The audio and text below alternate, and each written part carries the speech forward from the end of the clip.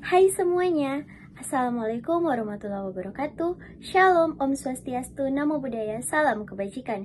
Perkenalkan sebelumnya, nama saya Michelle Nasya Dominik Takalao dengan NIM 230711010050. Di sini saya dari kelompok 3 mau menjelaskan kembali materi kelompok kami dengan judul Karakteristik Hukum Acara Mahkamah Konstitusi. Dan sebelum itu, video ini dibuat untuk memenuhi tugas dari mata kuliah Hukum Acara dan Praktek Peradilan Mahkamah Konstitusi.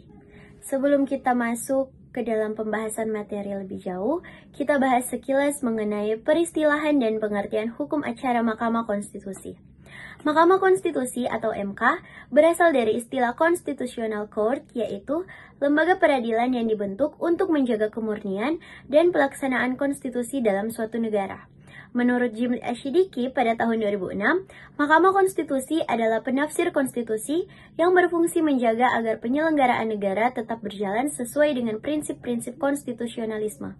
Berdasarkan Undang-Undang Dasar pada tahun 1945 pasal 24C, Mahkamah Konstitusi merupakan salah satu pelaku kekuasaan kehakiman yang memiliki kewenangan konstitusional seperti menguji undang-undang terhadap UUD, memutuskan sengketa kewenangan lembaga negara, serta perkara pemilu. Dengan demikian, Mahkamah Konstitusi dapat dipahami sebagai lembaga yudikatif yang berperan penting dalam menjamin tegaknya konstitusi, demokrasi, dan prinsip negara hukum. Nah, teman-teman, di dalam hukum acara Mahkamah Konstitusi terdapat beberapa asas-asas. Yang pertama, ius curia novit. Ius curia novit adalah asas yang berarti hakim dianggap mengetahui hukum, atau secara lebih lengkap, pengadilan mengetahui hukum dan tidak perlu diajari oleh para pihak.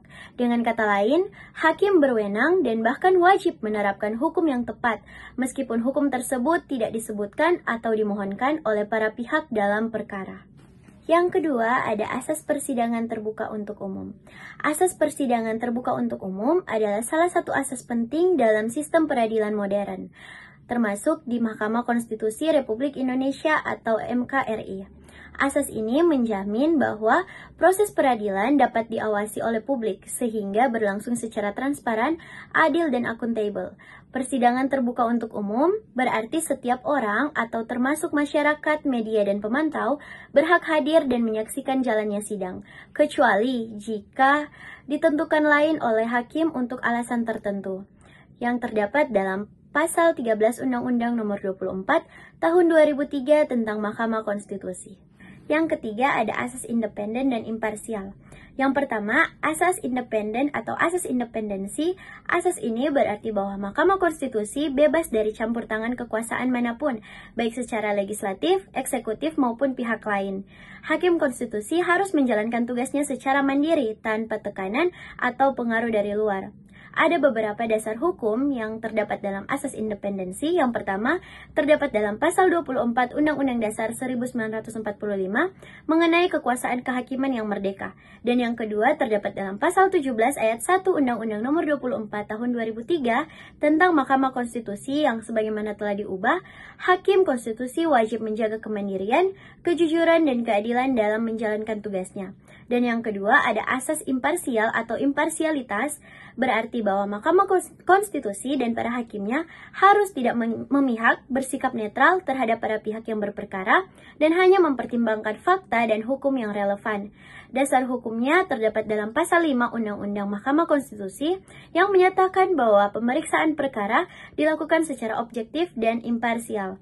Dan yang kedua, Kode Etik dan Perilaku Hakim Konstitusi atau Sabta Karsa Utama, khususnya prinsip ketidakberpihakan dan keadilan. Yang keempat, ada asas peradilan cepat, sederhana, dan biaya ringan. Yang pertama, asas peradilan cepat, yang dimana suatu perkara dapat diselesaikan dalam waktu yang sesingkat-singkatnya tanpa harus mengorbankan keadilan dan kebenaran. Yang kedua, ada Peraturan Mahkamah Konstitusi atau PMK. PMK nomor 2 tahun 2021 tentang tata beracara dalam perkara pengujian undang-undang di Mahkamah Konstitusi menekankan percepatan proses seperti batas waktu, pengajuan, perbaikan, permohonan, jawaban, replik, dan pembuktian. Kita masuk dalam asas yang kelima, yaitu asas hak untuk didengar secara seimbang, atau dalam bahasa Latin, asas audi et alteram partem, yang berasal dari prinsip hukum yang berarti dengarkan juga yang lain. Ini merupakan suatu asas yang fair hearing atau due process of law yang fundamental dalam setiap proses peradilan, termasuk di Mahkamah Konstitusi. Implikasinya antara lain yang pertama, setiap pihak yang berperkara mempunyai hak yang sama untuk mengajukan argumentasi, bukti, dan pembelaan di depan sidang MK. Yang kedua, Mahkamah Konstitusi tidak boleh memutus perkara hanya berdasarkan keterangan atau bukti dari satu pihak saja. Yang ketiga, persidangan diselenggarakan secara terbuka, objektif, dan imparsial. Dan yang keempat, memberi jaminan bahwa tidak ada pihak yang dirugikan karena tidak diberi kesempatan untuk menyampaikan pendapat atau membela diri. Contohnya antara lain dalam perkara pengujian undang-undang, baik pemohon, pemerintah maupun DPR diberikan waktu dan ruang yang sama untuk menjelaskan pandangannya secara seimbang. Yang keenam, hakim aktif dalam persidangan. Asas ini mengandung makna bahwa hakim konstitusi tidak hanya menjadi pendengar yang pasif, tetapi juga aktif dalam menggali, menilai, dan mencari kebenaran material dalam proses pemeriksaan perkara. Implikasinya antara lain yang pertama, hakim MK berhak dan berkewajiban untuk bertanya, mengoreksi, atau meminta klarifikasi kepada para pihak. Yang kedua, dalam hal ada kekurangan atau ketidaksesuaian alat bukti, hakim dapat memerintahkan pengumpulan atau pemanggilan saksi atau tambahan bukti. Dan yang ketiga, meskipun prosesnya bersifat inkuisitorial, namun tetap menjunjung tinggi asas keadilan dan keseimbangan. Tujuannya yaitu menjamin agar keputusan yang diambil benar-benar mencerminkan kebenaran dan keadilan substantif, bukan hanya berdasarkan formalitas prosedural. Contohnya, jika dalam pengujian undang-undang terdapat ketidaksesuaian data, hakim dapat meminta keterangan ahli, tambahan, bahkan memanggil pihak yang tidak hadir sebelumnya. Yang terakhir ada asas praduga keabsahan, atau dalam istilah Latin disebut praesumptio iustae causa, yang berarti setiap tindakan pejabat negara atau lembaga negara dianggap sah dan memiliki dasar hukum yang benar sampai terbukti sebaliknya melalui proses hukum. Dengan kata lain, keputusan atau tindakan hukum dari lembaga negara, termasuk undang-undang, dianggap berlaku dan sah secara hukum sebelum Mahkamah Konstitusi menyatakan sebaliknya. Contoh praktisnya yang pertama, misalnya DPR dan Presiden mengesahkan sebuah undang-undang. Meskipun ada pihak yang menilai isinya melanggar hak konstitusional, UU tersebut tetap berlaku dan harus dilaksanakan sampai Mahkamah Konstitusi menyatakan tidak sah. Ini mencegah kekacauan hukum akibat langsung menolak suatu aturan sebelum adanya keputusan resmi dari lembaga yang berwenang, yaitu Mahkamah Konstitusi. Nah teman-teman, itulah tadi beberapa asas-asas dari hukum acara Mahkamah Konstitusi. Sekarang kita masuk dalam sumber hukum acara Mahkamah Konstitusi. Ada beberapa sumber hukum acara Mahkamah Konstitusi. Di antaranya yang pertama terdapat dalam Undang-Undang Dasar Negara Republik Indonesia pada tahun 1945 sebagai sumber hukum tertinggi yang menjadi dasar keberadaan dan kewenangan Mahkamah Konstitusi. Yang kedua terdapat dalam Undang-Undang Nomor 24 Tahun 2003 tentang Mahkamah Konstitusi yang sebagaimana telah diubah dengan Undang-Undang Nomor 8 Tahun 2011 dan Undang-Undang Nomor 7 Tahun 2020. Yang mengatur tentang kedudukan, susunan, kewenangan, serta hukum acara di Mahkamah Konstitusi. Yang ketiga terdapat dalam Undang-Undang Nomor 48 Tahun 2009 tentang kekuasaan kehakiman yang dimana menjadi landasan umum penyelenggaraan peradilan termasuk prinsip peradilan konstitusional. Yang keempat, ada peraturan Mahkamah Konstitusi atau PMK yang dimana aturan teknis yang dibuat Mahkamah Konstitusi sendiri untuk mengatur proses beracara dan pelaksanaan kewenangan. Dan yang terakhir ada jurisprudensi Mahkamah Konstitusi yang dimana putusan-putusan sebelumnya yang menjadi rujukan dalam perkara berikutnya. Sekarang kita masuk ke dalam bagian kekhususan hukum acara Mahkamah Konstitusi. Yang pertama ada sifat perkara, yang dimana suatu perkara yang diperiksa Mahkamah Konstitusi bersifat konstitusional, bukan perdata atau pidana biasa.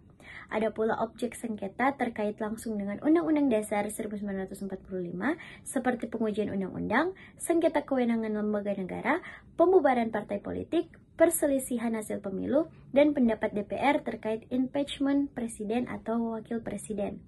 Yang kedua, ada karakter proses persidangan, yang dimana prosesnya lebih menekankan pada pembuktian hukum dan argumen konstitusional, bukan sekedar fakta lapangan. Ada juga persidangan terbuka untuk umum sebagai wujud prinsip transparansi, dan ada pula putusan bersifat final dan mengikat, sehingga tidak ada upaya hukum lain. Yang ketiga, kedudukan hakim. Hakim Mahkamah Konstitusi bertindak sebagai penafsir konstitusi atau the guardian of constitution, yang dimana putusan tidak hanya menyelesaikan sengketa, tetapi juga menjaga kemurnian konstitusi. Dan yang keempat, kekhususan waktu. Ada beberapa perkara diatur dengan batas waktu ketat, misalnya sengketa hasil pemilu yang harus diputus dalam jangka waktu tertentu agar tidak mengganggu proses demokrasi. Nah teman-teman, itulah beberapa pembahasan materi mengenai karakteristik hukum acara Mahkamah Konstitusi. Sekarang kita masuk ke dalam bagian kesimpulan. Hukum acara Mahkamah Konstitusi memiliki karakteristik khusus yang membedakannya dari hukum acara peradilan lain. Yang pertama, hukum acara ini mengandung asas-asas fundamental seperti ius curia novit, persidangan terbuka, independensi hakim, peradilan cepat dan sederhana, hak didengar secara seimbang, hakim aktif dalam persidangan, serta asas praduga keabsahan. Dan yang kedua, hukum acara MK juga bersumber pada peraturan perundang-undangan, khususnya Undang-Undang Dasar 1945, Undang-Undang Mahkamah Konstitusi, serta peraturan internal MK. Dan yang ketiga, kekhususan hukum acara MK terletak pada fungsinya menjaga konstitusi dan menegakkan prinsip negara hukum yang demokratis. Dengan demikian, hukum acara MK tidak hanya bersifat prosedural, tetapi juga mencerminkan tanggung jawab konstitusional untuk melindungi hak warga negara serta menjaga keseimbangan antara cabang-cabang kekuasaan negara. Sekian pembahasan singkat dari saya mengenai karakteristik hukum acara Mahkamah Konstitusi. Assalamualaikum warahmatullahi wabarakatuh. Shalom, Om Swastiastu, Namo Buddhaya, Salam Kebajikan. Bye-bye.